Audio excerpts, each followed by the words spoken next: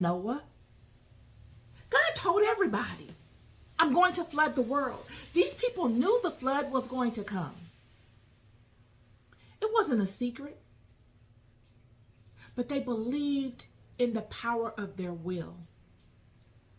They believed that they could manipulate the Mother Nature. They believed in the spirits that had relationships with the mother. You see, because of the fall, the curse that God placed upon Adam and Eve was so heavy that they began to make pacts with these entities, generational pacts, to make life easier for themselves.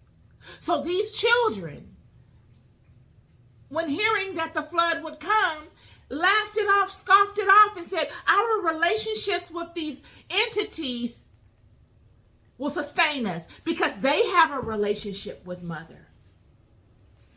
And she will protect us. But they did not know the hierarchy. Just as many of you, when God does not answer your prayers and working iniquity against one another or doing your will in the world, you will call on these entities yourselves to get your will done. It was the same thing.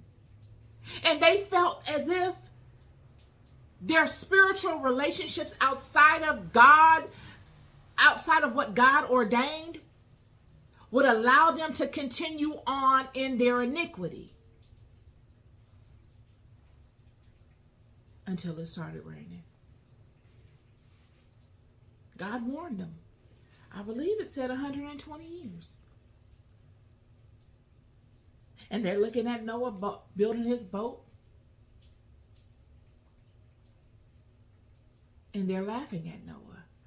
They're making fun of Noah. Everybody has a comment to make about Noah. Everybody thinks what Noah should be doing better. Everybody thinks they're talking about Noah, doesn't even have enough money to build the boat. And he doesn't have any education in boat building. And the boat's not going to be able to float. Little did they know, Noah didn't need the money to make the boat. No, Noah didn't need the expertise in boat making because God made up the difference.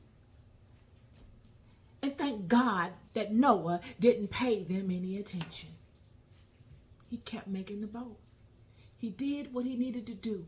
He upheld his end of the bargain. He made himself useful. He was willing. And God made up the difference. And because of that, a new world was brought forward, and Noah and his descendants would be the only humans that will populate it. Traumatized, surely, but they made it through. With wisdom that nobody in the world outside of them ever had before, nor none of us today even have thereafter. God would establish within Noah a covenant, an agreement, and God would honor the covenant that he established with Noah.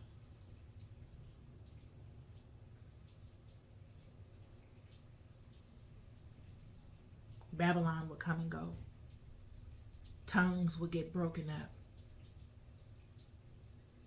People would become divided. And instead of one being able to ascend easily because of a collective group effort, piggybacking off of knowledge that maybe a few of the collective really earned, and that they would just freely give to the collective, God broke the language up and said, "No, this is too easy. The spirit in you is not right. I love the unification, but it's that spirit again. Unification in the wrong direction brings anarchy and chaos. God broke up the language. So all the stories we hear of all of these biblical and spiritual perspectives, where we say, oh yeah, that same story was written, you hear that same story in Asia, you hear that same story in Africa, you hear that same story in Europe, you hear that same story in Greece and in the Middle East. This is why. The languages were broken up, but the stories are all the same, friend. And that should tell you something. So regardless to what vertical you're believing in, the core to it all is all the same.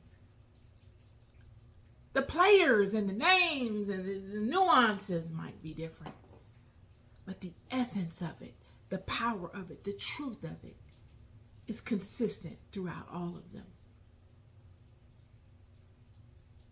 Abram would get a word from God, and God would establish a covenant with Abraham. Before he would be named Abraham, he would be named Abram, and he would search for God.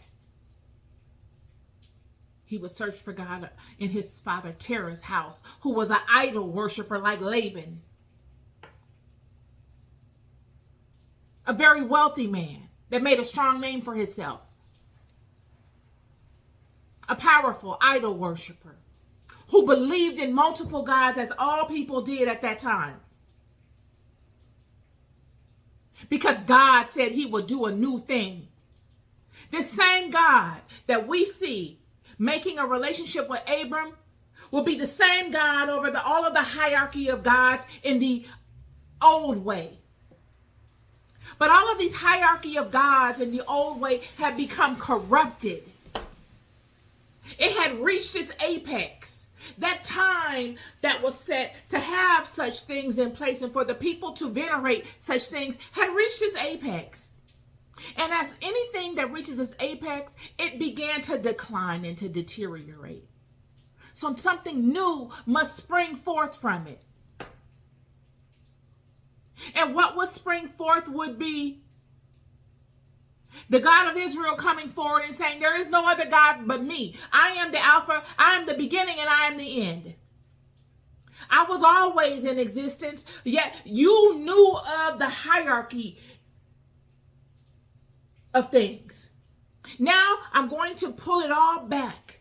I'm going to put these gods that you knew of that were of the hierarchy of things within darkness, because I cannot destroy them. I put them in darkness. We will ignore them. I just spoke to ignoring on my last podcast. We will ignore them. To ignore a thing puts it on ice. It loses its power.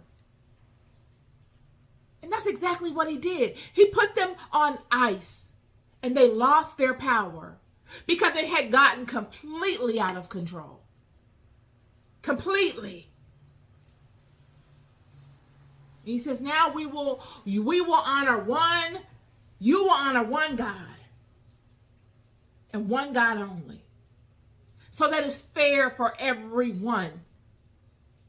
Not so that I can control you and manipulate you, but so that no prayer goes unheard, so that no prayer goes manipulated by another and it falls to the ground and it falls on deaf ears.